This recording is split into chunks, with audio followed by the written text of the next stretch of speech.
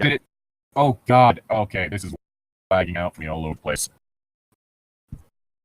That's unfortunate. Yeah, it took me like a solid few seconds for the thing, like for the sound of that, like coming in to happen. Ah. Just gonna up my laptop's volume. Okay. Well, on the bright side, Nothing but professionalism here. on the bright side, you don't sound robot-y anymore. Oh, lovely. That's good to know. Not as bad anyway. Because that really lifts my spirits. Anyway, oh God, he's the Angry Moose. Hi, I'm Llytic. I'm Tom. Okay, Angry Moose is still living. Well, do what?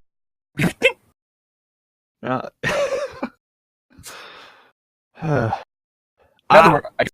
appropriate name for a kind of moose. I like Angry Moose better. It sounds. Yeah, but it walks on two legs. Like a dinosaur moose. Okay, yeah, I guess that works. So, what are we reading today? I was not here for this one. No, you weren't. We are continuing. Time to fix the mistakes. The story that just managed to continuously annoy me and Zane. We're on chapter 2, My Kingdom for Horcrux.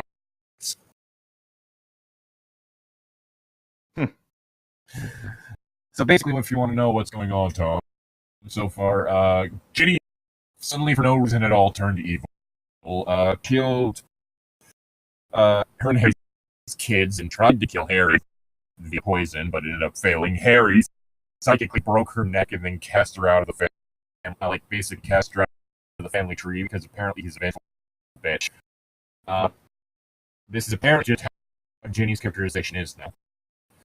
Apparently Dumbledore is now evil. For reasons. Okay. Not necessarily even evil in the context of the story, it's just that apparently the writer believes that since he was using Harry as a weapon, he's now evil, and that the Ministry of Magic was covering up the fact that apparently the Aurors were just going around quote-unquote accidentally killing wizards in crossfire during fights with the Death Eaters. Okay, this sounds like a total shit show, but what else is new? Continue. So now Harry's on the warpath. He has psychologically tormented, he's psychologically tortured, Dumbledore's painting. Apparently the family just owns a lot of house elves now. Good to know that Spew did nothing. Just okay. This sounds stupid and terrible. Let's. And Harry's acting like he's a Slytherin, and not even like a fun Slytherin, but like the really racist Slytherins. Okay. Yeah, lovely. Fun. Fun fact: first time I did Pottermore, I got placed in the House Slytherin, so that was interesting. Fucking Nazi. But I also placed in Gryffindor and Hufflepuff. Honestly, I like Hufflepuff the best. So, like... I mean, I ended up with Gryffindor, just barely. The second one was Ravenclaw, and I also ended up with a Cronus Baby Snake. Mm-hmm. Well, so, there's that. Whatever. Anyway. May 9th, 2021. Mm-hmm. You're lying. Oh, okay. I thought we're doing this. Gotcha. It had taken 3 weeks of almost constant effort to arrange the last step. Harry had pulled all of his considerable wealth from Gringotts and, through various means, converted into antique British Muggle notes and golden ingots. He packed all the living... all of the things he was likely to need on his one way through time in history. Also, he's going back in time. Lovely. It's going to be a dark agony situation. I forgot to mention that. Yes. But done seriously. Oh. So, why British Muggle notes? Why not modern British Muggle notes? It's 2021, Harry. You don't need pictures of the Queen when she was a baby. You can have pictures of the Queen now. She still looks fabulous. Yes. Very bright colored. Yes. Harry Potter was prepared to ensure that the phrase "the boy who lived" never had a reason to exist. Is he gonna go back in time and kill himself? I mean, that would be interesting. He clutched his... Kind of like that one person who was like, "Why is it all what people always say? Say like go back in time and kill baby Hitler? Why is it never go back in time and marry Hitler's mother for being born that way?" Or raise him right. That's also a possibility. Just going back in time and seducing. Oh, fuck, I forgot her name. Nothing. I was joking about that, and it was like, goddamn, I can type Hitler's mom. He clutched his shrunken belongings in one hand and stuffed them in his back pocket. He operated around, or outside him. He knew the theory behind what he was about to do, but wanted to ensure he had the best possible opportunity to ensure the correct result. Why is it never go back in time and seduce Clara Hitler to ensure that Hitler is ever born?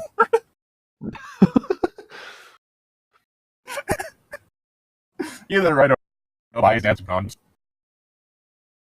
That also could be a thing, but if you went back further and seduced her before she was Clara Hitler, and she her name was before then. Well, yeah, that is true. You just started a fire. No, not better. Seduce his dad. Well, that's a good way to do it. There we go. Oh, God. He arrived at a clearing he found a year earlier in a small bit of forest. He pulled out the cloak of invisibility and draped it over his shoulders. Then he got out the masked Elder Wand and pulled the resurrection stone from his pocket. He closed his eyes when he just wanted himself instead of Avada He ended up accidentally missing the bow and hit a squirrel.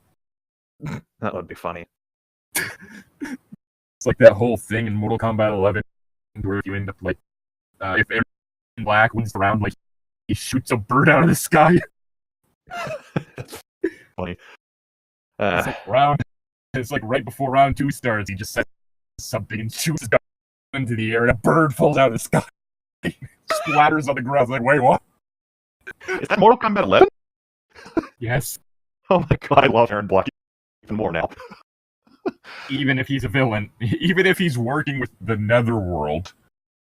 Yeah, I mean, he's the only human doing that. Yeah, no, I know, that's the whole thing, and he's able to stay there. The only human that lives there, I guess. Because he works for Kulkan. Yeah. Apparently he is actually from the West. Yeah, he's a Texas Ranger. Yeah.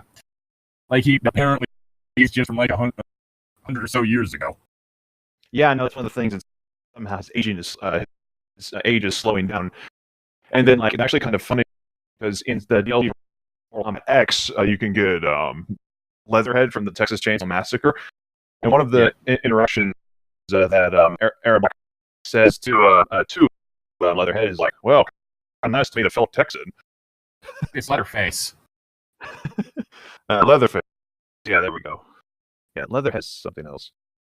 Leatherhead's the crocodile from Teenage Mutant Ninja Turtles. Yeah, that's it. How did I forget that? He's also one of the allies of the Turtles. I didn't realize that before I actually looked into him. He started out as a villain, and they like convinced him to find his side by beating the crap out of him. Well, let's say started as a villain, and more than he was just doing like a rampaging attack against the clan, and ended up like doing things that made it seem honest. Yeah, no, because they're not. Because basically, like, the whole thing people he was going after initially were like also some of the villains of the Turtles. Okay. Yeah. And then it'd be Krang. He was after Krang, that's right. Because in one of the comics, he gets his revenge by straight up eating Krang. Oh, nice. Yeah. Because it's the whole thing. It's like Krang created him and tortured him and shit. Yeah. That was one of the things I liked about the early 2000s adaptation of Ninja Turtles. Like, it kind of followed a little bit of what the comics did a little more, but it also had kind of a more serious tone to it, and I really liked it. I do have to say, I did find it funny whenever I was looking up stuff about him, because one of the things I found was his official stats from the Nickelodeon cartoon, which is actually one of the better ones. Yeah, no, I've seen And some of it said that he only weighed like, I think it was like in the mid 200 pounds. Or something like that. It was like, no. He's a lanky boy. He's big, and he's broad. He's tall and broad. Yeah. The man can't fit through doors because his shoulders are too wide. He has to go sideways with his head turned over his shoulder. Yeah, I think they misplaced about 100 or maybe 200, depending. Something like that. It was like, no, there's no way this boy weighs that little. I need to get around to reading the IDW comics. Yeah, I'd like to. They're probably better than the IDW Godzilla comics, because the only good one from that is the Godzilla Goes to Hell. Yeah, that one was interesting. Because the rest of them are trying to do like political satire and stuff, and it just falls flat, and as well as the fact that like the characters are almost all just unlikable assholes. Yeah. As well as like, there's just a weird thing about like, because I typically have no problem with like kids dying in media and such, but God, does it just feel like weirdly indulgent? I want to say. Maybe Arthur just doesn't like kids. Maybe, I don't know. I don't think he likes a lot of people. Probably not. That poor gay wedding.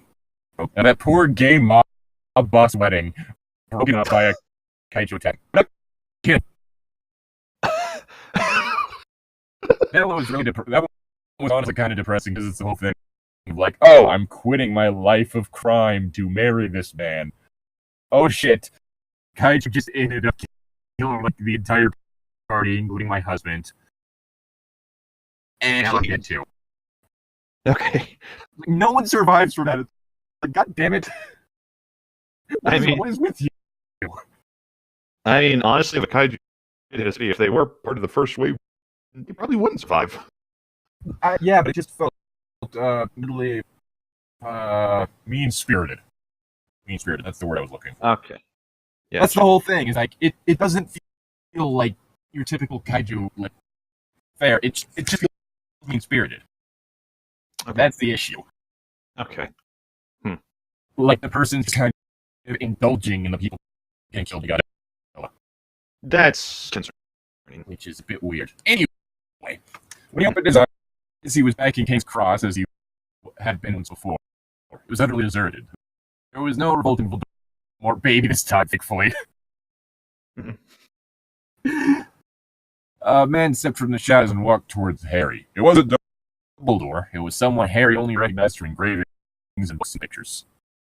Pictures and books. Whoops. I recognize you from that book and that painting. Mr. Well? Mr. Potter, why have you come this time?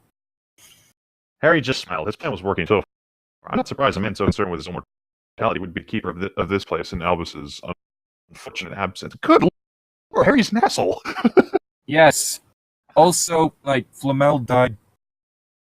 Like, I'm not sure when Flamel died, but the first. Well, no. Sorry. The last first stone was destroyed in the first book, but that doesn't mean he immediately died. That means that he probably would have just kept aging from them. Yeah. I don't think it ever mentioned him actually dying. I think it's... I don't remember. Maybe he did. Maybe he didn't. I'm not sure.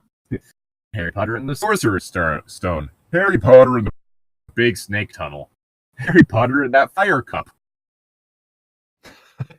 Because Americans are fucking idiots.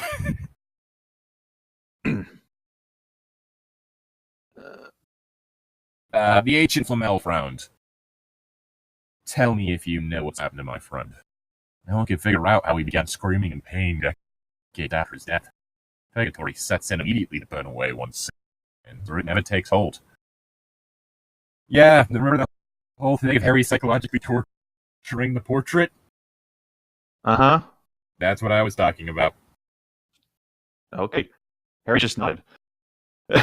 Like, Harry straight up somehow in Dumbledore's soul, the purgatory, which affected the painting, where it's now forever softly weeping. And rolling in pain. What Yeah, Harry's a dick. Not even the kind of dick. What the hell? Like the kind I stick. Anyway. Keep reading your line. Yeah. This is the kind of thing that happens when I need levity. Mm-hmm. You don't say. To answer the question we have here, at least, the Master of Death only uses our extreme need, not just on a lock, Mr. Potter. The need was extreme. I aimed to fix problems that Albus, you, and other powerful people couldn't be bothered to solve. Oh, fuck off. I know that no man-made time turner or other spell artifact will provide me with a one-remaining thing I need. Oh, you going to steal, like, a divine time turner? Probably. What? What? Ah.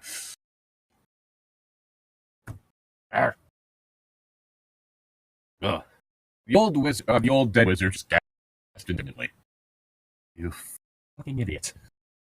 I'm not here to go back or to move forward, or to visit on a lark, or to discuss that miserable excuse for a wizard when you still call friend. Fuck off. Lord, I'm here to walk through time itself. I've had a lot of time to consider this, along with the Was that a fucking pun? Along with the half-truths Albus insisted on feeding to me. Harry just smiled. I am master of death in this place, connected to all worlds, all times, all possible outcomes. I order a portal to June 12th, 1976 to take me to the exact physical location I just left. You can't just order space and time like that. I mean, technically you can, but...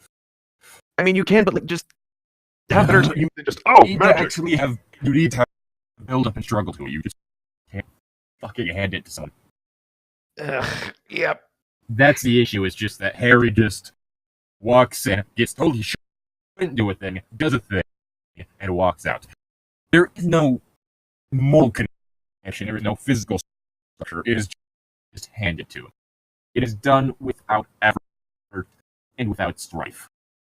Yeah, we haven't even finished the first page, and I already hate this story.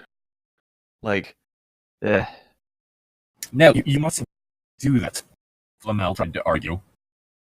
A huge groaning echo sounded through the station. Harry didn't appear nervous when the walls began to shake and the ground underneath the unused rails buckled. Finally, a massive tearing sound echoed through the room. How did... Oh, okay. Well, wait.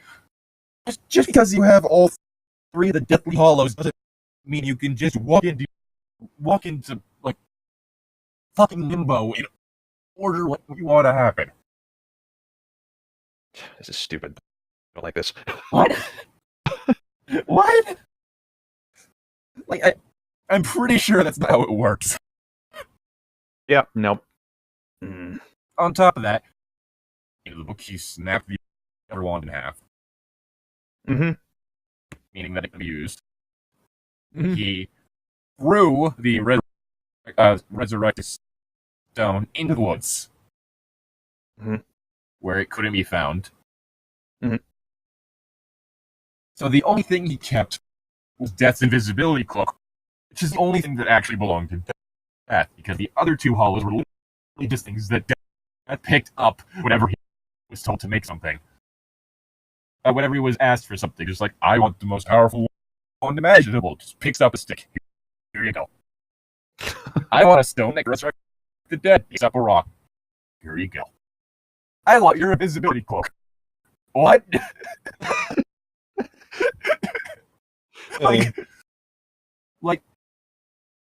they're powerful objects, but they don't hold power over Death itself.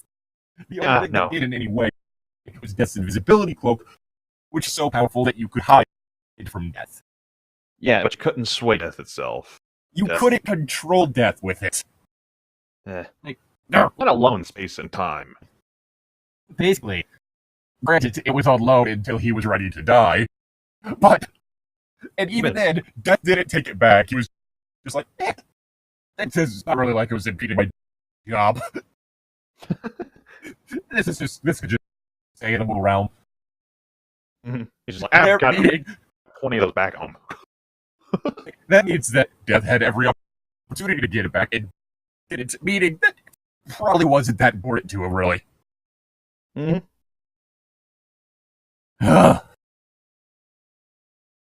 Harry, what have you done? Determined man just stared at the ancient alchemist. I'm setting things right again. Oh, okay. You're saying things wrong. You're just, ugh. And as a swirl of blackness, like a tear of canvas on which a movie was shown, appeared in front of Harry Potter. With a second thought, Harry stepped through it. He opened his eyes again, back in the forest. It was a different place, though. The air smelled a bit dirtier, and the road noise nearby was much subdued. Was it cold dusty air, or the lead from the gasoline of the day? He quickly searched himself to ensure all belongings had made the trip with him.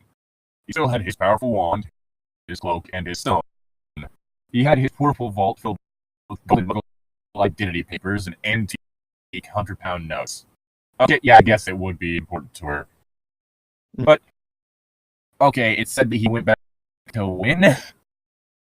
1976. I wouldn't consider... Jesus. I wouldn't consider those necessarily antiques. Probably not. I mean, granted, we're talking about a whole thing, like, if British pounds or anything like Canadian money, then that shit is built to last. Mm-hmm. Canadian money's fucking waterproof. Yeah, it should. Fucking American money doesn't have that shit. It doesn't have clear sections. It doesn't have actual reasonable methods in order to make sure you can't counterfeit it. Hey, money's a myth we all agree on anyway. What? Money's a myth we all agree on anyway. Let's see.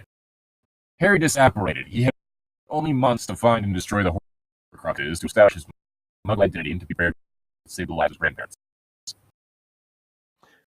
28th, 1976. Harry swore loudly. Bitch!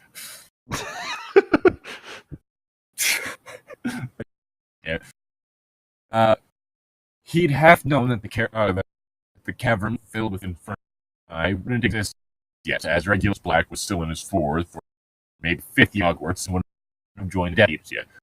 But seeing the proof with his eyes left Harry Potter angry. The Horcrux hunt had gone very well until this major stumbling point. Why did you even jump there? I don't Why did you... Fuck, you could have, I don't know, used Death's invisibility cloak to, like, just go to the cave around the time when Regulus Black would have actually done that.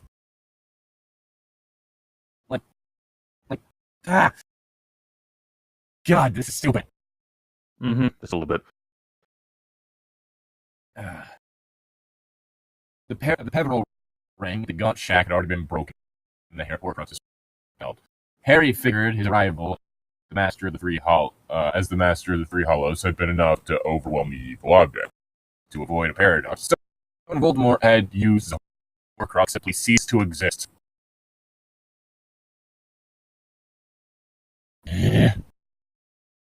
Harry did wonder what happened. Wait.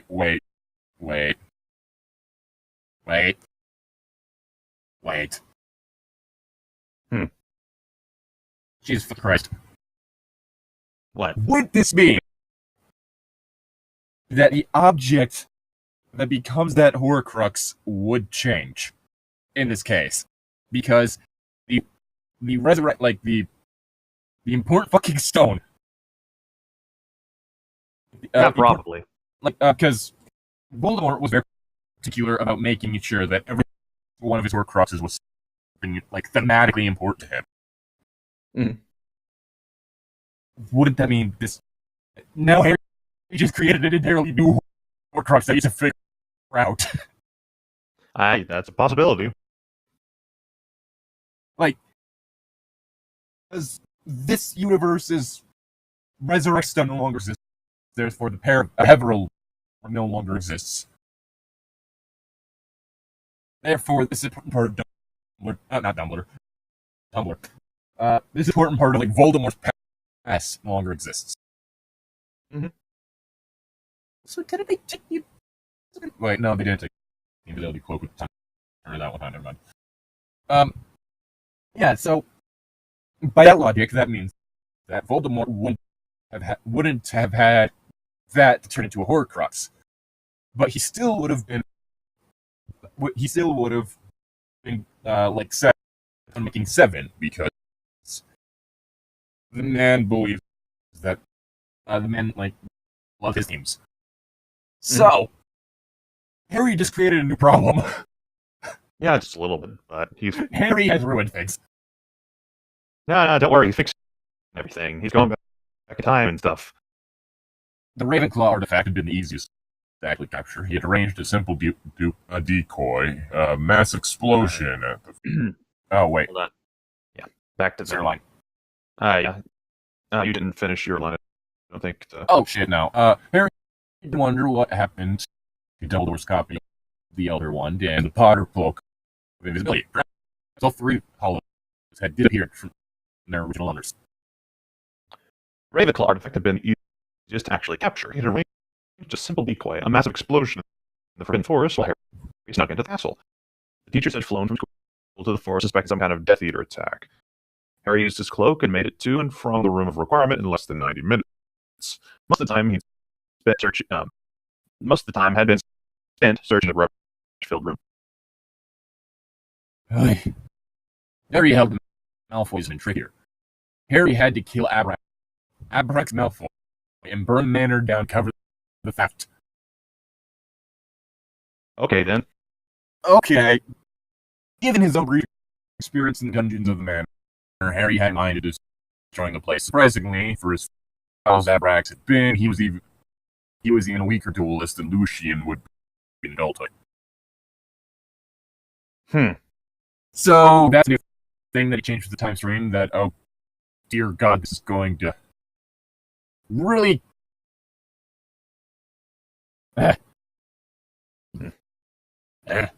I'm having trouble remembering the details of Harry Potter because I read it once in 6th grade and I never really. I'm going to say this right now. I'm pretty sure that the Malfoy Manor burned to the ground. Now, maybe not the old timeline, but this exactly, new that's timeline. the whole thing. So he just he killed one of the Malfoys. So the question is whether or not, it seems to be like that Lucius was likely alive at this time. Mm-hmm. So now Lucius is going to grow up with that father, which might make it even worse. Yeah. Because all of a sudden his house burned down and his dad's dead. Yeah, it's... Which might cause Rico, if he still exists in a upcoming timeline, to be even more bastard. Yeah, or he could become the new leader of the Death Eaters after Voldemort and actually get stuff done rather than cowering. So that might not be a good thing for the wizarding world. Yeah. Anyway. Hufflepuff Cup had been kept not by the Stranges or the Strange Gringotts Vault, but rather by Orion Black, Sirius's father, and Voldemort's then right hand. Harry knew number 12 from Old Palace all too well. It had been easy. Place. Not Palace. Place, thank you. All too well. It had been easy to leave a duplicate cup in its place. It had been odd walking into the home that didn't possess a screaming portrait of Walberta Black, as she was still on the living. Well, would Voldemort have left the blessed locket? He decided to check this stupid cavern again. He was standing inside the small antechamber. Harry knew all too well. Harry pulled a small silver dagger and cut his palm. He flicked blood on every surface of that horrifying shut. The registered no magical door opened. Voldemort had Slytherin's locket somewhere else. This was a complication Harry had expected, but still didn't know how to overcome. It was either with a Death Eater on Voldemort's person, as he was known to move continuously to avoid attack, or in a less secure but still hidden location. I highly doubt it would have been on Voldemort's person because if you split up your soul for the sake of fighting, you're not going to keep them all in one place, and especially not in a place that means that it's a lot easier to kill you after destroying it. Exactly, which is why it's weird that Lich would leave their phylactery in their own own lair. So things to consider for D&D. I mean, I saw a post a while back that was like, there were easier ways to go about this. Literally, they could have just sailed up to the middle of the ocean and thrown a horse across into there. No one would have ever found it. Yep, that would have been interesting. But here's an idea for your Lich. Seafaring Lich. Do the seafaring campaign thing I was talking about. And have it to where the Lich is Lich. And he threw his fire into the middle of the ocean so no one can find it. That would actually be awesome, not gonna lie. Very dumb. You don't even need to make him a villain. It's just like, yeah, you don't have to worry about dying, okay? You just have a Lich pirate who's physically incapable of dying because his phylactery is literally impossible to fight. However, he does regenerate from his phylactery, so he would have to sustain all the pressure of the bottom of the ocean, which may or may not work on that one. And I don't know if Lich is susceptible to water, so... Wait, so he'd have to go back to it to heal? Basically, from what I understand, like Liches with the phylactery from the phylactery itself, like being born from it. Like if the phylactery is, say, like a cup or something, they will generate from a cup. I could be totally wrong, but that was how I understood it. I mean, I could swear it was just they couldn't die if it was in existence. Oh no, they could die. It's just they would regenerate. And I'm gonna have to look at the monster manual again for that because I thought it had to do with the phylactery. So the whole thing is like, I can understand why the body of the ocean would be a bad thing, but also, I don't know. Or it might just be that they're able to regenerate, period, so long as it's around it. Or you could actually just slightly homebrew it to where instead of having to regenerate back there, it was that they regenerate the spot they died. Yeah, true. I just have to, like I said, I'm gonna have to check the monster manual to get that. However, Seafaring Lich Pirate campaign, that would be awesome. Dang, we need to do that. Also, the Secret Planeswalker one. Yes, definitely. Oh god, have them both be the same one. We have just a whole bunch of idiot planeswalkers in the middle of the ocean trying to prevent all the other planeswalkers from knowing that they're planeswalkers because they think they're normal people. Yeah, we'd have to get players who had no idea what the premise for this was. And I think it'd be funny. That have no idea? That have no idea that the other players are actually planeswalkers. No, because like the way you do it is that like, yeah, everyone does know. It's just that the characters don't know. Okay, well, we'd have to get decent role. So the joke comes from like trying to have your character keep it a secret. Mm-hmm. It's like everyone's doing that. So it's like, it's kind of like whenever like someone rolls like a failed perception check, and you end up saying, "Well, you definitely don't notice that trap in the corner." It's like that kind of situation. I mean, you could say that, or you could just be surprised. No, it's even funnier when you mention that is there, but the character doesn't notice it. And some people are bound to metagame, so you got to be careful with that one. Well, yeah, but that's why you do it with people you trust. Versus that situation to be kind of the whole thing of like, if you said that to me, it's like, I wonder what's going on over there. Just starts looking, see something near that corner, and starts going.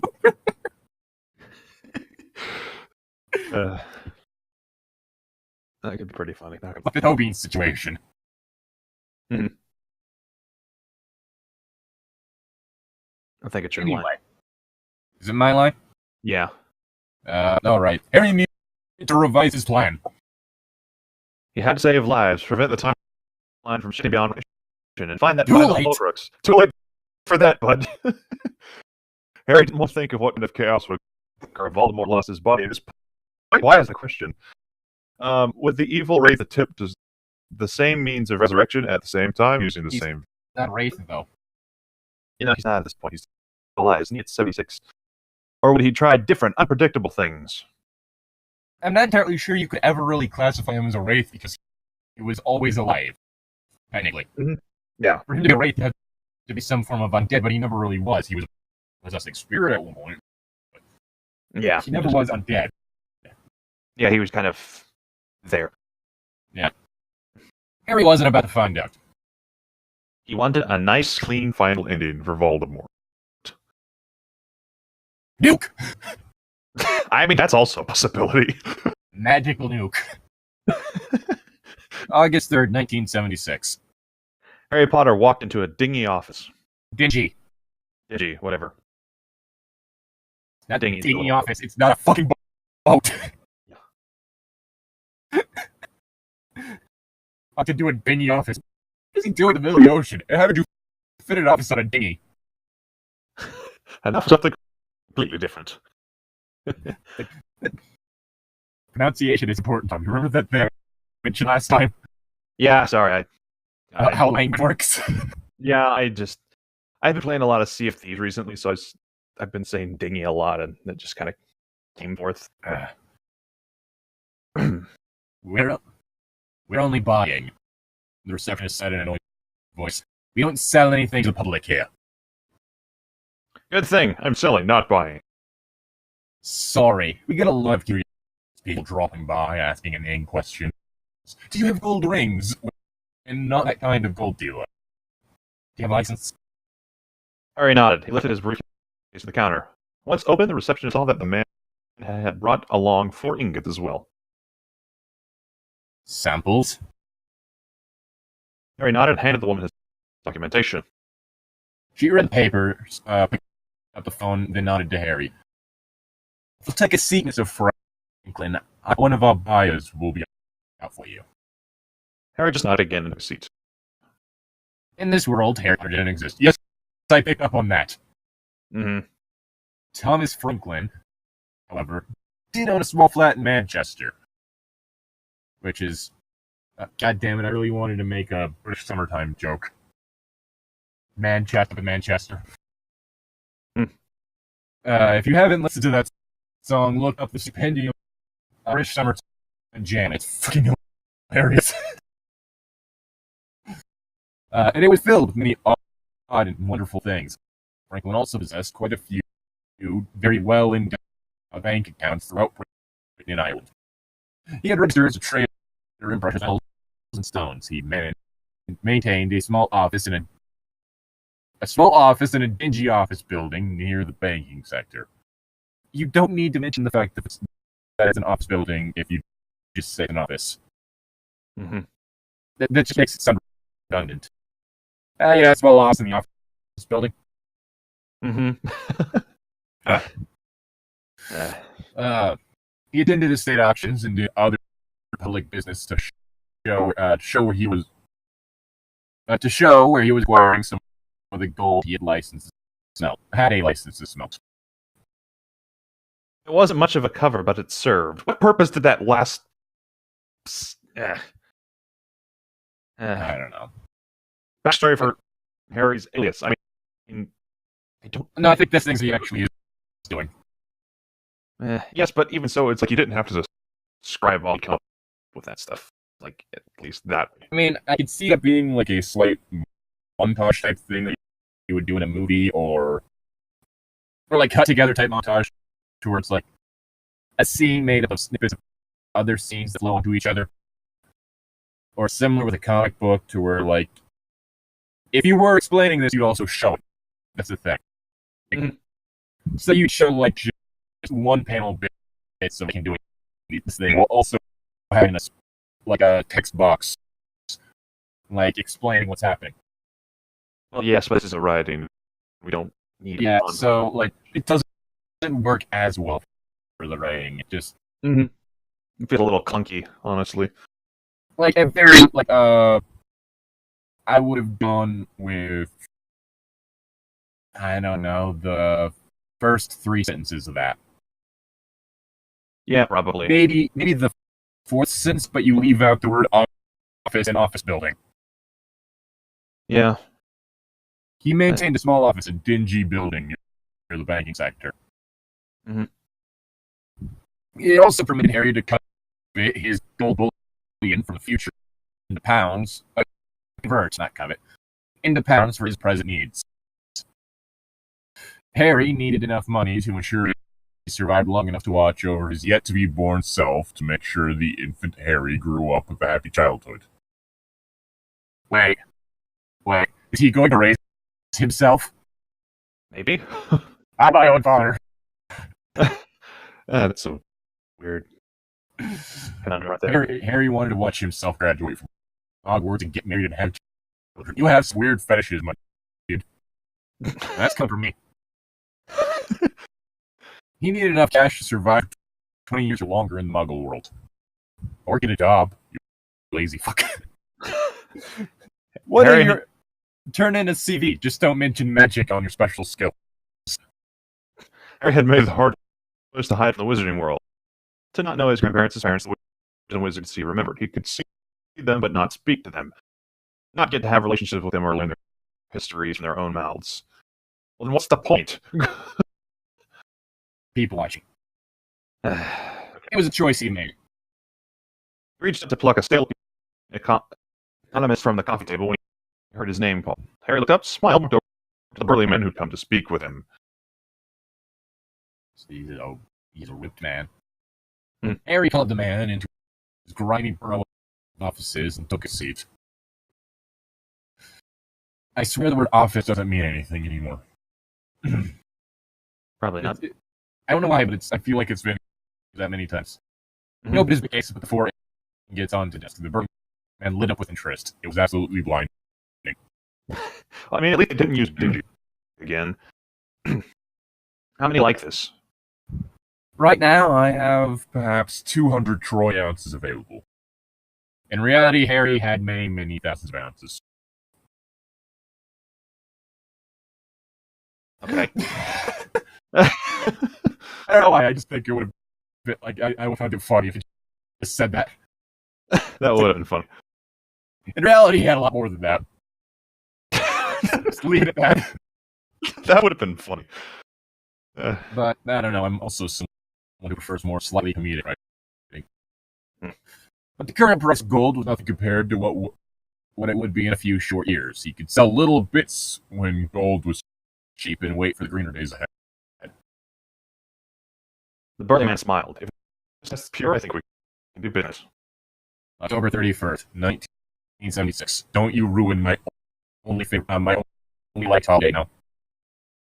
The Code of Harry was the name for the set of rules Potter had been on to ensure, one, he didn't get too caught up in vengeance for the life that he had led, and two, he didn't change too much of this timeline and negate all the foreknowledge he had. Among other things, the codes stipulated that.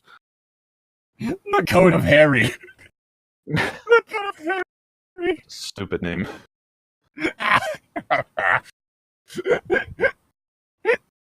Yeah, damn it. The Code of Harry. It's the hairiest of codes. Everyone would be given one chance to make a mistake or repent, rather than Dumbledore's apparent policy of unlimited chances. So, like the policy I give players and Monster of every other week. Yes. You get one free death. Also, after that, they have to try and resurrect you. Yeah, also, I was reading a little bit about the Monster of the Week thing, and it said, like, if you take 7, like, damage, I took exactly 7 in that one thing, it's like, it does kind of count more toward unconsciousness rather than death, which was interesting. It's like, any more of that, your hunter's just dead. There's nothing you can do. Well, a lot of these cases have been, this would do more than the allotted amount. There's yet to be a case where it would be exactly 7. Well, mine was exactly 7. I had actually knocked me unconscious. But no, you weren't knocked unconscious. I was. No. You were stunned. I was stunned, but yes, I was knocked unconscious by being used as a projectile weapon.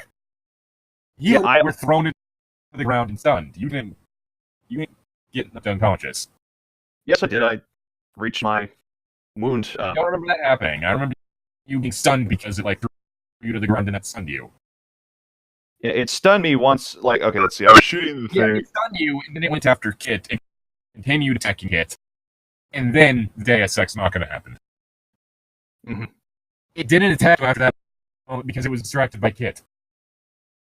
Mm-hmm. I was talking That's I mean, what happened. after we got out of the bunker, I was knocked unconscious at least once, and No. then Kit resuscitated me. Then I blasted it with a shotgun. I remember you being knocked to a point where you were, like, stable but not unconscious, because that would require them to actually wake you up. Mm-hmm. And that didn't really happen. Okay, I guess not. But I did. I'm pretty sure it wasn't you that happened to. I took shoulder wounds. That so at least one thing. Well, I know once. So Pretty sure it didn't. Anyway, I marked it off all the way to 7. So I guess we fudged that one. So no worries. Anyway, a Death Eater caught in a raid would be stunned if possible, but only the first time. If he attacked again in a future raid, Harry wouldn't hesitate to kill him. But that's kind of a stupid rule. Like, either stun them or kill them. You can't just.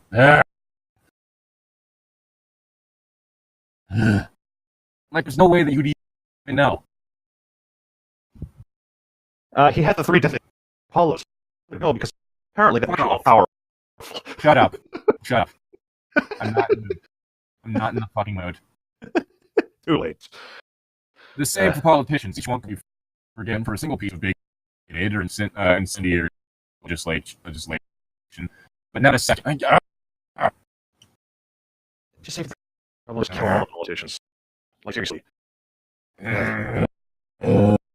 People who were supposed to die in raids, according to the original timeline, would be taken to safe house until Voldemort was well and truly dead.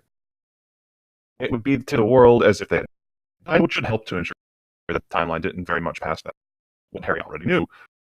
Wouldn't do to have Voldemort making 3 separate raids on the same target and throwing off the planning for what he'd done the first time around. How would Harry cope with that? When Voldemort's time had passed, Harry would unveil the rescued victims to the world. Harry already placed 3 targeted families into hiding. Oh, I don't know how you handle that. Maybe the same way you handle everything else that you apparently have the problem with. No witcher was ever see his face or hear his name. Obliviation would be his preferred technique or mask himself from the people he rescued. Like, wouldn't it be easier to do like a wizard witness protection program type thing? Like, use some form of spell that changes a person's appearance. Not like you know another person, like Polyjuice or something like that, which has like a duration of an hour. Instead, a spell that does cosmetic changes, because we have been shown that is a thing. And just place them elsewhere, possibly, like, I don't know, set up some form of memory spell that could have a caveat to it. Being as apparently you can do whatever you want with magic now. Set up a memory spell that has some sort of caveat to it, to where it,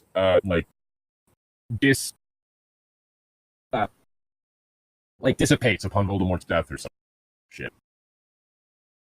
That would make sense, but as we're reading with this fanfiction, nothing that makes sense. Harry wouldn't deal with the ministry or Dumbledore in any major way until after he dealt with Voldemort and his Horcruxes. No change of any importance could happen until Voldemort and the worst of his pureblood supporters were out of the picture. These elements of Harry's mortal code, designed to keep his time travels secret and his foreknowledge of Voldemort's plan safe, caused him to pause for a moment. He saw unconscious Lucius Malfoy stunned on the floor of the manor he was raiding. His first intention was to just kill Lucius and be done with it. However, the tickling of morality caused him to rethink his plan. Okay, you haven't shown any of that prior, so why start now? The young family had probably just graduated from Hogwarts. It seemed to be clear of the dark mark. But Harry was too strongly influenced by his remembrances of the corrupting man. The man had used a Horcrux to unleash a basilisk. He participated in a raid on the Ministry of Magic that got his godfather killed. He'd gone back to his old bribery tricks a few years after the war, which was the reason Kingsley Shacklebolt had finally been made minister. The man would grow up corrupted and violent. You already killed his father, which would change the time stream. But that had been the old Lucius. Hey. Perhaps some investigation was required. Harry transfigured the Malfoy into a ferret, the good Hogwarts memory, and slipped pasted to his pocket. Harry moved through the rest of Flint Manor, searching for the blasted Slytherin locket. He didn't have all that long left to destroy Voldemort and save his grandparents' lives. The idea of compromising on the two goals, saving his grandparents while Voldemort continued his reign of terror until Harry finally had the Slytherin locket, hadn't yet coalesced in his mind. Also, just say bastarding instead of blasting already. We all know that that's what it was. It's kind of like the whole thing of every time Ron said bloody, in reality, what he initially said was fucking. Eh. And it's just that J.K. Rowling censored it. Because children. Eh. That's seriously how it was. Like, initially, Ron was swearing all the time. Yeah, I know. That was just an interesting thing. So, like, anytime someone was blasted, it probably would be bastarding, because that works a lot better in dialogue. Every bastard time, the bastarding Slytherin locket sound a lot better than blasted. Yeah. Harry found the locket at Flint Manor, but he did found nothing of the locket at Flint Manor, but he did discover the remains of 3 women in the dungeons. Witches, muggles, or hags, Harry would never know. When he walked out of the small dark manor, he set it on fire. He was only upset that he Stop setting everything on fire! He was only upset that he drug elephants outside before. He had to give them the benefit of the doubt.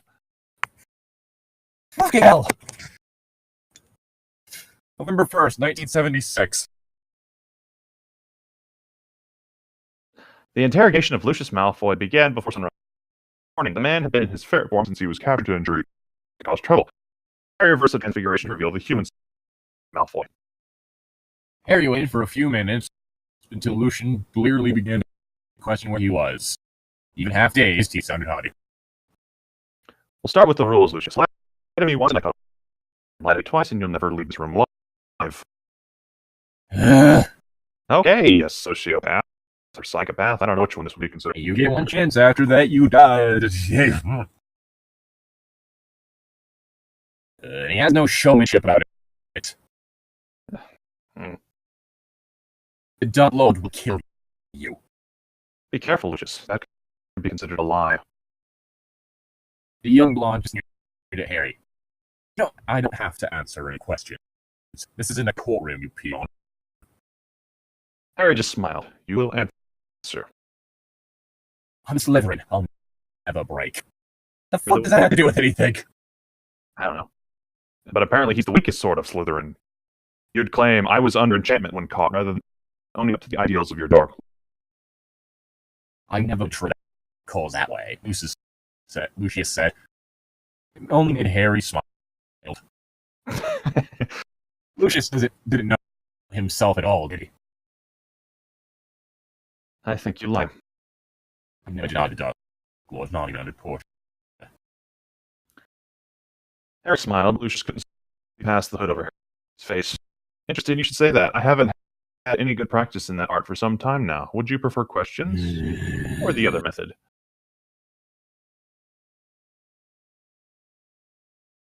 The blonde man shut his face. Excuse me? Yeah, apparently he just was like, it's closed now. His values extended only so far, it seemed. Lucius really was the worst kind of Slytherin. Have you joined the Dark Lord? Lucius nodded. Harry wondered about getting a hold of some truth serum. It'll probably be easier than just murder. Yeah. The whole interrogation, or torture for that matter. Yeah. The whole interrogation hadn't exactly been planned. Harry was regretting his lack of thing on this topic. You're not marked. I haven't completed my first mission. You, whoever you are, into that. Did you do this before or after your father died? After. Congratulations, Harry, you caused this. You sought out Dark Lord then? No, he sent emissaries after me. You went willingly to meet him? Yes, of course. My father had told me for years about my duty.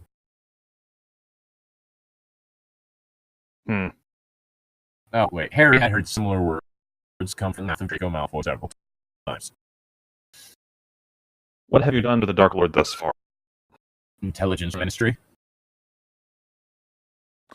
Harry had always wondered about the things Lucius had done. Mostly prostitution. Bagnall had Lucius' trial records, seals, and later destroyed. Seals. I don't know. And later destroyed Seals. in the original timeline. Harry more than suspected that the minister had been bribed to ensure that sort of accommodation. You remain in his subsequent free will. I don't. Yes, I do. Doubt, indecision. It was just a moment of weakness. Was that enough? Was this Lucius Malfoy, for he was father's influence, capable of reformation? Albus Dumbledore would have said yes, no matter what the evidence. The Dark Lord will fall. Good idea to give someone the benefit of the doubt, and then if they ever go to stab you, you break their wrist. You don't murder them. The Dark Lord will fall within the year, Lucius. It's been prophesied. What will you do with this knowledge? Lucius sneered. He said that he's immortal. How could he fall? He's used Horcruxes. Lucius' little soul receptacles that can be found and destroyed. He's only immortal until they're all gone. The sneering Malfoy had changed into a terrified one. Just the number one, terrified.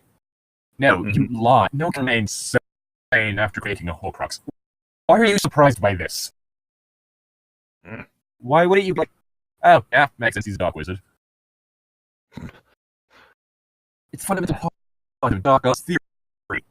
Every game using dark magic comes with a steep cost. The greater the game, the greater magnitude of the cost. You think Voldemort cares about sanity? He loves only power. I refuse to... Harry didn't wait for the man to finish his thought. Lucius will not change. Obliviate, Harry almost whispered. What to do? Kill him? No. The code of... Oh my god. You could have demanded that Lucius speak. You could have called it something like not stupid. Like not stupid? Wow. The absolute fucking wordsmith here, everyone. Yeah, fuck you too, man. Okay, like... Demanded that Lucius be given one additional chance to choose differently. Let him free. No, Harry wouldn't make it easy on him. Give Lucius a little taste of the dangers of his path? That was interesting. Harry would give Lucius Malfoy a sharp kick in the head to help him see. Okay, then, if Harry staged this correctly, he could test Lucius and begin testing the Ministry of Magic at the same time.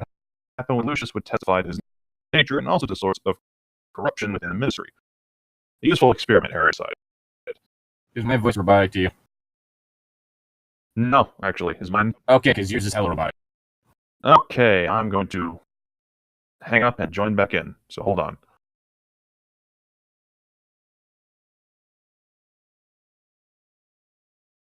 Okay, should I reread that line? I don't know if it was robotic. I did. It was robotic on my end. It was robotic on my end, though. Okay. Do you want me to read the line? I can.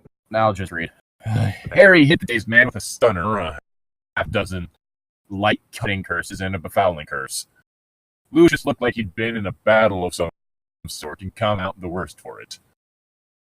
Harry clutched the man's shoulder and disapparated with him, accidentally leaving behind his legs. They arrived at the very edge of Nocturne Alley just before daybreak. Oh, how fitting. Harry pushed the head of the Malfoy family into the dark ruin of the abandoned shop. He'd be stripped of his valuables and won by 8 o'clock. Horrors were likely to discover him by noon. Perhaps he'd have a good story to tell. Perhaps not. Lucius Malfoy had his first chance, his only chance according to the Code of Harry. Merlin helped him. I mean, you could have called it like the Code of Hollow and it would have even been better, but like, seriously. It would have been shit. Well, yes, but I mean... Just say, according to the rules set up for myself, not the Code of Harry.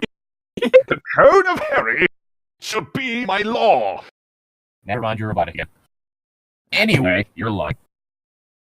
The Ministry of Magic would be judged by what it did with this man. Harry had no childish notions that perform admirably. Okay. December 12th, 1976.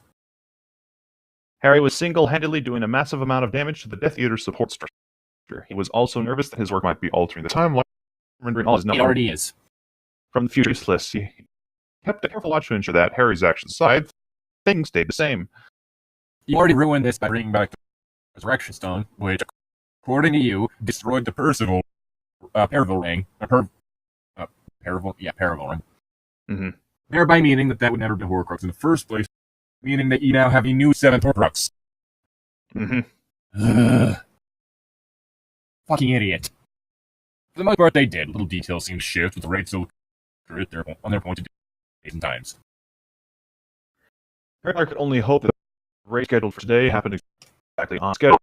He had failed to locate the Slytherin locket, so Harry now had to rescue his grandparents from their planned deaths. Harry had been told as a young man that they died of natural causes, but it was yet another of Dumbledore's fabrications. The man was an invertebrate liar. He couldn't stop the falsehoods pouring out of his own mouth. Why was that in... oh god, my leg going up. Why was that in, parentheses? I don't know. Good news, Harry's grandparents would live. Bad news, unable to find the final Horcrux, Harry had to let Voldemort live for another day. Also, the last Horcrux made, aside from Harry, was Nagini. Mm-hmm. How would he have gotten around to that one, because he always kept that snake with him? It's a good question. Harry took up position just outside the ward line. As a true Potter, he could have passed through the ward's protected Potter Manor without a problem, save for the notification that would have been sent to his grandfather. For this to work, no one could know of Harry's presence. It wasn't long until Harry felt battering against the wards. He saw his grandfather leave the manor after telling his grandmother to leave. She didn't listen to him, of course. They both began setting up defenses outside the manor. They both seemed to know some rather gruesome time transfigurations, rocks turning into piles of explosive matter, logs transforming into columns of spikes, hedgerows that captured anyone stepping near them, small statues and benches that would explode on command, sending hundreds of deadly stone shards flying. Harry was honestly impressed. That's a lot of fun, actually. His grandparents are really concerning. I mean, clearly, if you're going to transfigure something, what you should do is turn Boulder into a Hydra. But that's yours. I guess this is okay. No one expects the Boulder Hydra. Yeah, I guess they wouldn't. Especially when it's right behind them. He'd done well enough on his newts but couldn't perform anything like post-master level spells he was seeing now. Sadly, though, Harry knew it hadn't been enough to save them the first time around. Two people with dozens of tricks couldn't withstand a massive determined raiding party. Bitch, try me. Harry would have to add the extra bit now. His grandparents had taken up defensive positions hundreds of yards from where the Death Eaters would be coming. Wards began to ripple. Harry waited patiently. 30 seconds later, they rippled again and then fell. Green light flashed in the distance. Harry took off at a run. He sent banishers at 4 Death Eaters, sending them into the traps prepared by the Potters. Before anyone could even notice there was an extra combatant, he sent another one at a pile of explosive powder and watched as the man disintegrated from the blast, and 3 of his comrades were knocked off their feet from the concussion. I mean, I think he'd be swallowed by the blast unless you'd see him disintegrate. Okay. He recognized a few people who'd felt his mercy before. Harry was cutting curses on Curia Flint, one of the rare female Death Eaters. What? Mm-hmm. I'm pretty sure women being Death Eaters isn't something that necessarily considered rare. Yeah, those robes and masks kind of make it feel like it's hard to tell gender, honestly. So yeah. And guys care, bro. Neither would ever get up. Harry pivoted when he saw a still masked Death Eater take aim at his grandmother. A powerful banisher sent the fool into one of the hedgerows. The man was bound by the blast before a massive stalk of vine punctured the man's throat. Harry was even more impressed by the viciousness of these traps. Again, like, the masks and cloaks. You wouldn't, you likely wouldn't be able to tell the identity of most of these Death Eaters, so I'm really concerned on how we recognize these people. It's not like he mentioned that he put some sort of hard-to-detect spell on them that would notify him that they were there or something. Hmm. That would at least be an explanation. But no. People should be on notice not to mess with the Potters. Perhaps that is why Voldemort sent such a large raiding party. Harry surveyed the field. His grandparents were injured but alive. They had managed to stun 4 attackers, which was good for Harry's evolving plan. Disillusioned, trained warrior sent a pair of stunners at his grandparents. Neither had expected the spells, and they both collapsed. He moved his grandparents off the field of battle. Then he took his first steps ever into the Potter Mansion. He clicked his wand in every room he visited, setting the heirlooms to pack up into satchels he conjured. He spent 5 minutes ensuring all the books in the vast library got packed up. The portraits were indignant about being moved or shrunk. It didn't matter. Harry was inside a total of 30 minutes and hadn't run across a single house elf. He hoped the Potters either kept none or that the creatures would be smart enough to desert a burning building. Well, if they were anything like how Harry Potter canonically was, they likely wouldn't have owned any. Mm-hmm. The only one he ever owned canonically was Creature, and that was just because he was a gift from his godfather as part of his will. Mm-hmm. God. He walked back outside and hung back outside with several bulging, magically expanded satchels. Could you do the unseen extension spell? Probably. Like, that's a canonic spell that allows you to basically make bags of holding that don't suffocate you. Mm-hmm. Hermione used it on her purse. It's kind of what's used on wizard tints. Mm-hmm. Like, then he picked up wands from 3 Death Eaters and cast strong fire spells at the manor. This would be convincing. The manor had to burn. The Potters had seemed dead, destroyed in the fires. So is he just going to put them in suspended animation or something? I mean, maybe. Who knows? He looked across the field and ruined gardens, once more. The manor was rapidly falling apart, but the residents would be safe. He used one of the Death Eater wands to conjure the dark mark in the inky black sky. Harry apparated his rescue victims and their belongings to a safe house he'd warded.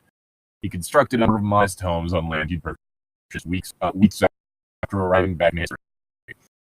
Harry laid his grandmother on a bed and tended to his grandfather. Wait, what? Shit. It's alright, I can read the next one. He sat down with them a brief explanation. What was the story he wanted them to tell rather than the true facts of what happened? Oh, he kind of lied like Dumbledore. Idiot. Mr. and Mrs. Potter. I rescued you from a Death Eater attack earlier this evening. Unfortunately, I was unable to prevent them from burning manor. The bags contain what belongings I was able to rescue for you. Given the obvious interest that the Death Eaters have in you, I hope you'd be willing to remain here out of you. After the Ministry finally deals with Voldemort, you should be safe to reappear in public life. Perhaps he'd like to send you some notes so he knows you're safe and protected. Please use the secrecy charm on the parchment to ensure he keeps the information to himself. I will ensure a house elf delivers fresh food for you. Please let Kepler know if you have any favorite foods or if there is anything else you need. Stay safe. It was the best gift he could give his grandparents, enough life to see their grandson come into the world. He looked at them again and sighed. Dumbledore had even lied about them, that they died of old age or some rods. When the official report showed Potter Mansion had been destroyed, along with Harris Frederick Potter and Eloise Crockford Potter. Dumbledore in his eyes. Not this time. The world would be fixed one action at a time, one life saved at a time, one lie not needed at a time. Okay, let's see. What date is this? 2/12. 77. 1997. 77. It's done in the correct way. It was the American way. That way it goes from... No, it's not the correct way. That's not the British way. Fuck! Oh, God. I just realized that. Yeah, but that's not. I just wrote that. Oh wait, no. Okay, no, it's the 12th. If it was actually done in British notation, it'd be 12 to international notation. It'd be 12 to 1997, 77. 1977, whatever. But the way they did it, is February 12th, 1977. Because the US is like the only place that does that. And what it is that they put the month, then the day, then the year. So they go middle, most specifically specific. Whereas the rest of the world goes most specific, middle, least specific. You know, in a way it makes sense.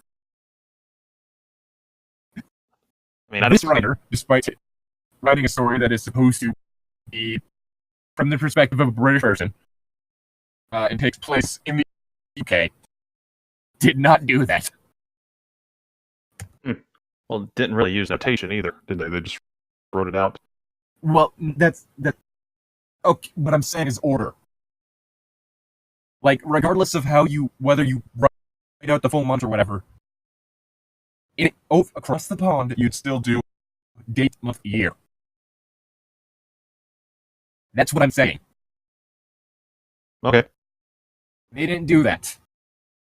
And when you're writing something, you need to do, like, the minimum amount of research of what you're talking about. And so, if you're doing a story from the perspective of an Englishman that takes place in the UK, you'd think that you would set up the dates whenever you feel need to list them in that notation.